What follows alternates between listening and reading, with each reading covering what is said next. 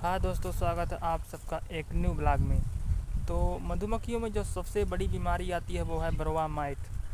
कुछ लोग तो बताते हैं कि फॉर्मिक एसिड डालने से बरोवा माइट ठीक हो जाती है और ठीक हो भी जाती है, लेकिन कुछ दिनों बाद फिर से दोबारा बरोवा माइट बॉक्स में वापस आ जाती है। तो जब तक आप बरोवा माइट के जीवन चक्र को समझ के उसके जीवन चक्र को तोड़ेंगे नहीं, तब तक बरोवा माइट दोबारा आएगी। आप फार्मिक एसिड लगाएंगे, ठीक भी हो जाएगी बरोवा माइट, लेकिन फिर से पकड़ लेगी बॉक्स में। तो चलिए इस ब्लॉग में जानते हैं कि बरोवा माइट के जीवन चक्र को कैसे तोड़ा जाए और बरोवा माइट का जीवन चक्र क्या है पूरा।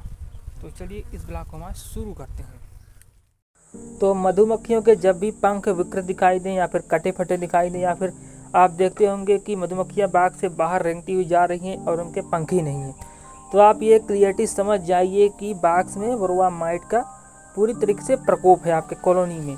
तो उस समय आप अगर फार्मिक एसिड लगाएंगे तो कुछ दिनों के लिए तो आराम हो जाएगा, मधुमक्खियाँ मरेंगी नहीं, लेकिन कुछ दिनों बाद फिर से बरोवा माइट का अटैक दोबारा हो जाएगा, क्योंकि बरोवा माइट लार्वल स्टेज से शुरू होकर के मधुमक्खियों के प्रौढ़ होने तक उन पर अटैक करता है।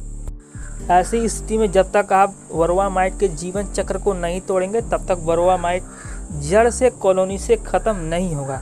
बरोवा माइट के जो नर और मादा होते हैं वो मधुमक्खी के लार्वल स्टेज में उनके कोष्ठक में घुस जाते हैं, और जब मधुमक्खियाँ प्यूपावस्था में होती हैं और ब्रूड को बंद कर देती हैं तो मादा माइट उसी में संभोग करती है और मधुमक्खियों के निकलने से पहले ही उसी प्यूपा पर 5-6 अंडे दे देती है। इसके बाद मधुमक्खियाँ जब वयस्क होकर ब्रूड से निकलती है तो उनके शरीर पर जो माइट चिपके रहते हैं वो दूसरे लार्वल स्टेज वाले अंडे में घुस जाते हैं और उल्टी दिशा में उसी में छुप जाते हैं। उसके बाद मधुमक्खियाँ जब लार्वल स्टेज वाले अंडे को बंद कर देती हैं, यानी कि वो प्यूपा में बदल जाता है, तब उसके 5 घंटे बाद तक माइट जो है वो बिल्कुल सुसुप्ता अवस्था में उसी में पड़ा रहेगा, वो कुछ नहीं करेगा। उसके 70 घंटे बाद उसमें जो नर और मादा दोनों गई रहेंगी वो संभोग करेंगे और एक अंडे देगी। इनका जो पहला अंडा होगा वो नर होगा। इसके 30 घंटे बाद फिर वो एक अंडे देगी। अब वहाँ से उनका फिर जो है प्रजनन चक्र शुरू हो जाएगा। तो अभी समझते हैं कि इनके प्रजनन चक्र को हम तोड़ें कैसे। तो उसके लिए हमें क्वीन केज लेना होगा और क्वीन केज में रानी को बंद कर दीजिए जब तक सारे अंडे वयस्क मधुमक्खी में न बदल जाए, यानी कि उसमें एक भी नया अंडा लार्वा प्यूपा कुछ भी न रह जाए, सारी नई मधुमक्खी बन जाए। तब तक आप जो है क्वीन को क्वीन केज में बंद रखिए, क्योंकि माइट का जो लाइफ साइकिल है वो लार्वल स्टेज से ही शुरू होता है।